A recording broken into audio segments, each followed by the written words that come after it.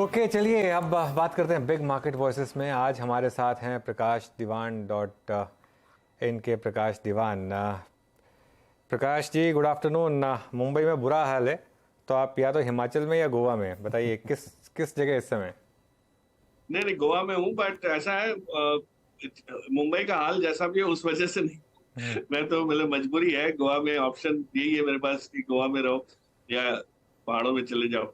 सो हम्म। मुंबई नहीं रहा जाता ज्यादा, इस वजह से शिफ्ट हो गया। बिल्कुल, खैर समझ सकते हैं। प्रकाश सर, तो अब इस समय मार्केट को लेकर क्या व्यू बन रहा है आपका, क्योंकि एक थोड़ा सा नर्वसनेस आ रही है, और ख़ासतौर से bank Nifty all time high और 44,000 की ट्रेजेक्ट्री में आकर रोज़ फंस रहा है, 5-6 दिन से लगातार इसी लेवल पर फंस रहा है। यस। नहीं देखिए, जैसे जैसे न्यू ऑल टाइम मतलब हमारे ऑल टाइम हाईज के पास हम रहते हैं, ये अक्सर देखते हैं कि एक नर्वसनेस इसलिए भी आती है कि बहुत सारे लोग इस प्रकार की प्रतिक्रिया रखते हैं कि भाई ये सस्टेनेबल नहीं है, इसलिए हम लोग यहाँ से रिवर्स हो जाएंगे, और वो रिवर्स होने का मौका मिलेगा उससे पहले ही आप एटलीस्ट अपनी पोजीशन हल्की कर लें। और ये 2 महीने में अप्रैल और मई की जो चाल मार्केट की, उसमें मिड कैप स्मॉल कैप्स में बहुत बढ़िया चाल आई है। तो प्रॉफिट बुकिंग वहां भी आ रहा है, और ये आपका थोड़ा सा एफआई का जो फ्लो है, जो बीच में पॉजिटिवली शुरू हुआ था, वो कहीं ना कहीं थोड़ा सा रुकावट उसमें दिख रही है। बट ये अक्सर रहता है, मई के महीने में अगर परफॉर्मेंस आपकी इतनी अच्छी रही है तो अब जून के अर्निंग्स के ऊपर मार्केट की नजर आ जाएगी। तो इस बार तो हम निकल गए, बच गए। मार्च एंड की अर्निंग्स काफी अच्छी रही है। जो सोची थी, उम्मीद थी, उससे मुझे लगता है काफी बेहतर है। ऑफ कोर्स मिक्स्ड फीलिंग भी है, कई जगह डिसअपॉइंटमेंट भी ज्यादा है, और मार्केट इस वजह से डिसअपॉइंटमेंट को बहुत पनिश कर रहा है। सो आगे चल के मार्केट में जून के अर्निंग्स के बाद ही एक नजरिया क्लियर कट आएगा, और वो होते होते आपका जुलाई एंड अगस्त बिगिनिंग हो जाएगा। सो ये मई एंड से जुलाई एंड का जो दौर है अनुज, ये थोड़ा सा टाइम करेक्शन भी आपको झेलना पड़ेगा, more than just price correction. Okay अच्छा, प्रकाश जी अब कुछ स्टॉक स्पेसिफिक बात करते हैं। हम्म। दो दो स्टॉक्स जो आपने काफ़ी अच्छे से ट्रैक किए हैं, उन पर एक मैं आपका व्यू लेना चाहूँगा। एक तो अंबर एंटरप्राइजेस, जहाँ पर एक अच्छा मूव आया इस महीने, 15% ऊपर, और डिक्सन टेक 20% हम्म। ऊपर। और यहाँ पर दोनों स्टॉक्स पर, और दोनों क्योंकि अपने 52 वीक हाई से काफ़ी नीचे हैं एक्चुअली इस रैली के जी। बाद भी। आपका क्या व्यू होगा? सो अनुज, ये बड़े इंटरेस्टिंग स्टॉक्स रहे हैं। ऑफ कोर्स दोनों एक ही कैटेगरी में ऑलमोस्ट हैं। और इनकी जो पहले हमने री रेटिंग अपवर्ड्स देखी थी, जो जो नई ऊंचाइयों पे जब ये इसको मार्केट लेके गया था, उसमें पी एक्सपेंशन का बहुत बड़ा रोल था। मतलब एक समय ये था कि इनको इस टाइप के पी मिल रहे थे, मतलब प्राइस अर्निंग मल्टीपल इतना ज्यादा मिल रहा था, जो आप बहुत बड़े मल्टीनेशनल दिग्गज कंपनियों को ही देते हैं। जहाँ 40-45 50 जोन के पी भी शुरू हो गए थे इनको एलोकेट होने। अब हुआ ये कि सरकार ने जब पीएलआई अनाउंस किया तो बहुत एक्साइटमेंट था कि इन कंपनीज की रेवेन्यू ग्रोथ जबरदस्त होगी, और वो हुई। ये नहीं कि रेवेन्यू ग्रोथ नहीं हुई, लेकिन जैसे ही पीएलआई आता है, जो जो ये आई का जो शब्द है ना, इंसेंटिव का, तो आपका ग्राहक भी, आपको क्लाइंट भी समझ जाता है कि आपको इंसेंटिव मिल रहा है, तो कहीं ना कहीं आपके पास एक एक रियायत की जगह है, और वो मार्जिन पे उसका इम्पैक्ट आने लगता है। वो रीप्राइसिंग कर देते हैं, उनके कॉन्ट्रैक्ट्स को सस्ते में लेने की कोशिश क्लाइंट्स की हमेशा रहती है। तो उस वजह से जो प्राइसिंग पावर है, वो वैसी इनको नहीं आ पाई। तो रेवेन्यू ग्रोथ तो जरूर आ गया, लेकिन मार्जिन पे थोड़ी सी ठेस पहुंची। और पिछले रिजल्ट्स के बाद जो एम्बर में जो मैं सुन रहा था, जो रिजल्ट्स आए हैं, उसमें इन्होंने एक मार्जिन इंप्रूवमेंट की वापस एक चेष्टा की है कि भाई मार्जिन इंप्रूवमेंट हम लोग को होते हुए दिख रहा है। तो ये नहीं कि पुराने मार्जिन आ जाएंगे, लेकिन मार्जिन इंप्रूवमेंट होगा तो मार्केट को एक वापस एक कांसोलेशन सा एक थोड़ी सी एक वो मिलने झलक दिखने लगी कि हाँ, things can not be as bad. लेकिन अभी भी मैं मानता हूँ कि ये स्टॉक्स थोड़े से एक्सपेंसिव हैं, और इसमें हमेशा डिपेंडेंस, आपको याद होगा अगर आप मार्केट में इतने सालों से, शुरुआत में जब ऑटो एंसिलरी कंपनी ओईएम को के ऊपर बहुत ज्यादा डिपेंडेंट हो जाती थी, तो हम लोग एंसिलरी कंपनी को रीएट करके उसका पी डाउन करते थे कि ये तो एक दो कंपनीज पे डिपेंडेंट है, और अगर कल को उन्होंने कुछ किया कि भाई हमको आपसे माल नहीं लेना, आपने इतनी क्षमता बना ली है, करोगे क्या उसका। सो यही चीज एम्बर और डिक्सन में झलक रही थी कि dependence on some clients was very high. तो वो धीरे धीरे डिवर्सिफाई जैसे जैसे होगा, अलग अलग रेवेन्यू स्ट्रीम जनरेट करेंगे, तब जाके इसमें थोड़ी सी इंप्रूवमेंट दिखेगी आपको on a longer term basis. Immediately ये तो रिएक्शन रिजल्ट्स का है, और मुझे नहीं लगता बहुत ज्यादा यहाँ से री रेटिंग जो पुराने मल्टीपल से वैसे लाके आप इसको देख सकते। ओके प्रकाश सर, गुड आफ्टरनून, वीरेंद्र बोल रहा हूँ। आज दीपक नाइट्राइट एक बहुत स्ट्रॉन्ग मूव दे रहा है, जो उन्होंने मैनेजमेंट ने आई थिंक जो टिप्पणी करी 5,000 करोड़ रुपए का expansion in Gujarat, I think इस मैनेजमेंट का ये टेक और उनके आई थिंक ये जो दूरदर्शिता है उसको आई मीन एडमायर करते हुए इस पूरे सेक्टर पे आपका आउटलुक चाहूंगा। आई मीन एक मतलब पोस्ट कोविड सबसे वर्टिकल सबसे स्ट्रॉन्ग स्विंग देने वाला काउंटर रहा था दीपक नाइट्राइट। अच्छा, इसी सेगमेंट में अगर आप एसआरएफ की अर्निंग्स देखें तो लास्ट रिपोर्टेड अर्निंग्स भी अच्छी थी। टाटा केमिकल थोड़ा कोलैप्स हुआ, यूपीएल थोड़ा कोलैप्स हुआ। I think specially Deepak nitrite और उसकी मैनेजमेंट ने जो टेक लिया है उसके बाद आपका इस पूरे स्पेस पे राय और आपका प्रीफर्ड स्टॉक क्या रहेगा केमिकल बास्केट में?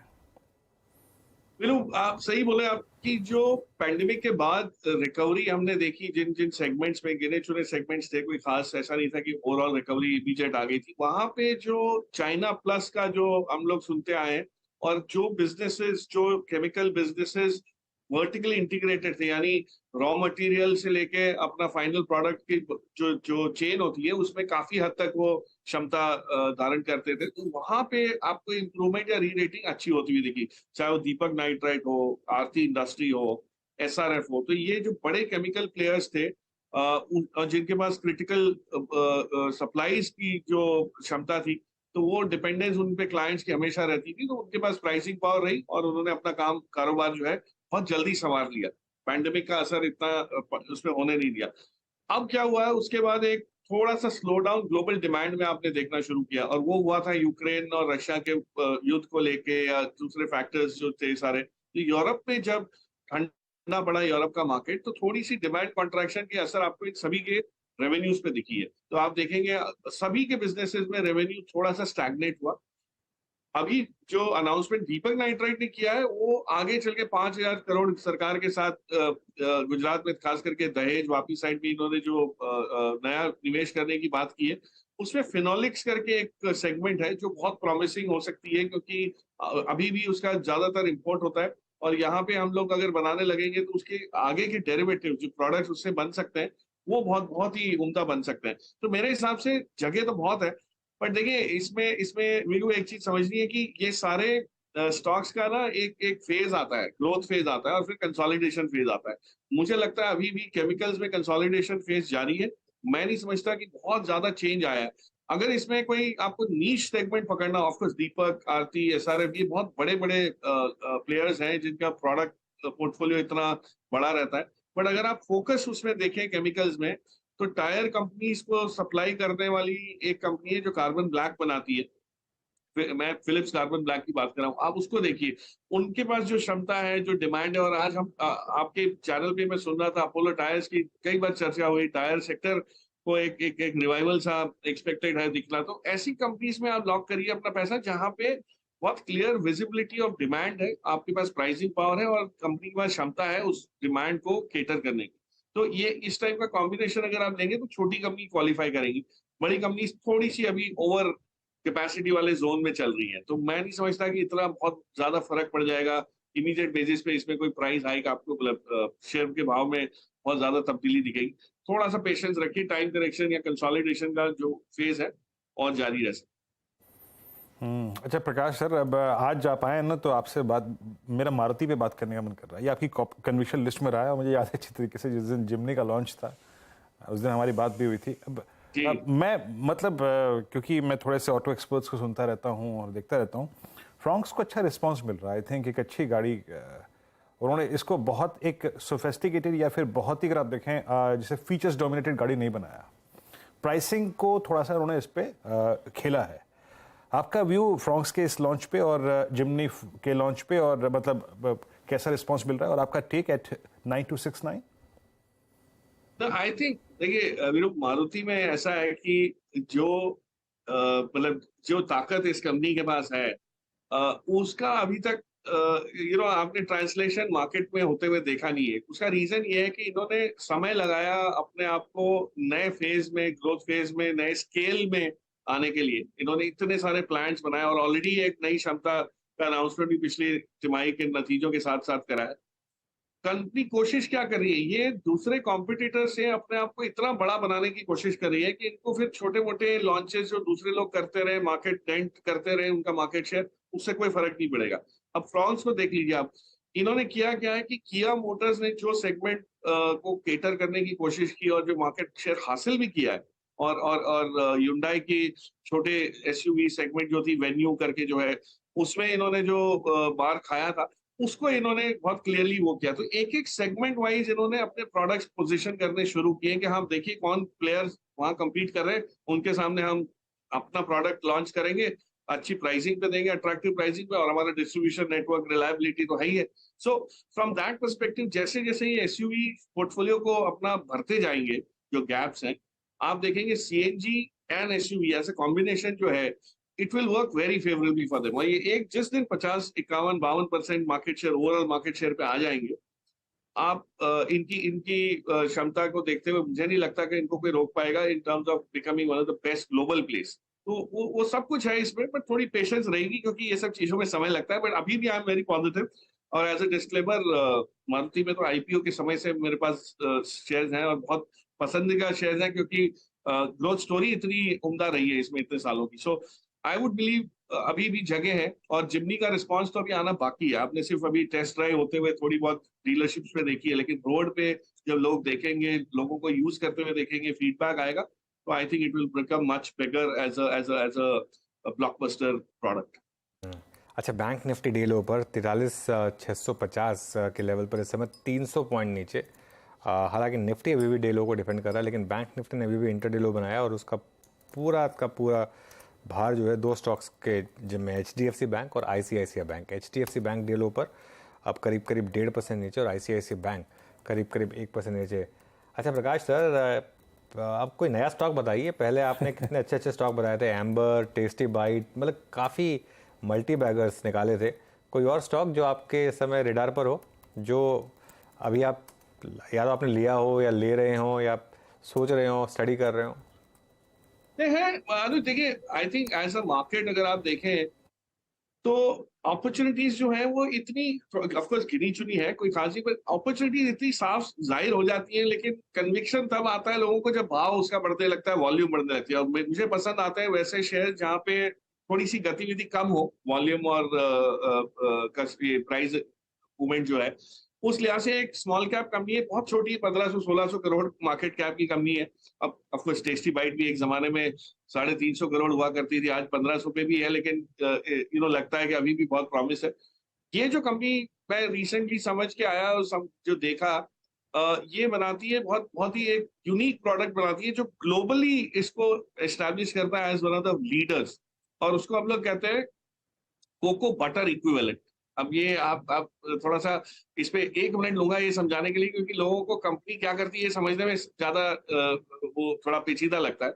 CBE जिसको कहते हैं कोको बटर इक्विवेलेंट, यूज होता है चॉकलेट्स की सब उसमें बनाने में प्रोडक्ट्स। तो चॉकलेट है, कॉस्मेटिक्स है। प्रकाश सर सॉरी एक पहले स्टॉक का नाम तो बता दीजिए, ताकि जब तक आप सॉरी आई मिस्टर हाँ sorry sir my mistake. Stock का नाम है Anuj Manorama industries. Manorama industries, okay. जी। सो ये इसकी शुरुआत SME प्लेटफॉर्म से हुई थी। बहुत बढ़िया इन्होंने कामकाज किया, और पिछले साल मेरे ख्याल से सितंबर अक्टूबर में ये NSE मेन बोर्ड पे भी माइग्रेट हुए सक्सेसफुली। और अभी अगर आप देखें तो इस कंपनी का बिजनेस हाल ही में थोड़ा सा रोचक इसलिए बना कि पहले 5-6 साल, इनफैक्ट लिस्टिंग के बाद की पीरियड की बात कर रहा हूँ, कंपनी की हिस्ट्री तो और भी लंबी है। ये जो साल के जो बीज होते हैं, जो छत्तीसगढ़ और महाराष्ट्र और MP के जो बस्तर और इस टाइप के जो इलाकों में ट्राइबल्स कलेक्ट करते हैं, वहां से साल के बीज कलेक्ट करके उसमें से ये बटर बनाते हैं, कोको बटर जिसको कहते हैं। और ये जो ये CBE जो बनाते हैं, और ये इसका उपयोग होता है, बाकी आप कोई भी चॉकलेट्स लेते हैं, फेरो रोशर ले लीजिए, कैडबरीज की कोई प्रोडक्ट ले लीजिए, हर एक में इसका इस्तेमाल होता है। सो मनोरमा इंडस्ट्रीज का जो क्षमता है उसकी वैसी और किसी की है नहीं, और वो बनानी भी बहुत मुश्किल है। सो ये गिरे हुए जो बीज हैं वहां उठा के ट्राइबल से कलेक्ट करवाते हैं और उसको यूज करते हैं। और इनके सारे बाई प्रोडक्ट्स जो हैं, चाहे वो ऑयल केक हो या बाकी का जो ऑयल निकलता है उसको रिफाइन करके ये लोग वेजिटेबल ऑयल में एडिटिव में यूज करते हैं। कहीं भी कोई वेस्टेज नहीं होता। It's a zero waste company. ESG के अगर उस पर पैमाने पे देखें तो 100% खरी उतरती है। And they have a unique business model, they have a unique process. ये रेप्लिकेट करना इतना मुश्किल हो जाएगा आगे चल के। मुझे संभव लगता है कि इसको अगर कोई समझ के देखे और वो करे तो पोर्टफोलियो में ऐड करके रखे, अगले 4-5 साल इस कंपनी का और इस बिजनेस का फ्यूचर जो है बहुत ही बढ़िया लग रहा है। तो इसके चर्चा आई एम श्योर 1-2 साल बाद होगी। अभी कंपनी बहुत छोटी है, 1500-1600 करोड़ पे बहुत ज्यादा ध्यान लोगों का नहीं बैठता, खास करके इंस्टीट्यूशंस का। बट यस, इसमें कुछ व्हाइट ओक जैसे कुछ इंस्टीट्यूशन है, इक्विटी भी ली है, पार्टिसिपेशन किया है कुछ प्रेफरेंशियल अलॉटमेंट के थ्रू सम 1 ईयर बैक और समथिंग, आई रिमेंबर। बट ये आगे चल के आपको इसके ग्रोथ जो है वो बहुत ही बढ़िया दिखेगी, given the global setup and the presence जो इस कंपनी ने एस्टैब्लिश। प्रकाश सर, बहुत बहुत शुक्रिया आप इस कार्यक्रम में शामिल हुए। और आपका जो मनोरमा इंडस्ट्रीज है ये ऑलमोस्ट 52 वीक हाई पे है, तो 52 हफ्तों के उच्चतम स्तरों पे। एक मनोरमा थी 6 फीट अंडर, है एक पिक्चर थी ना आपकी मनोरमा 52 वीक हाई पे। बहुत बहुत शुक्रिया सर इस कार्यक्रम में शामिल होने के लिए। सभी स्टॉक्स है ना उसमें, अब गजा की पिक्चर है। हाँ, अच्छी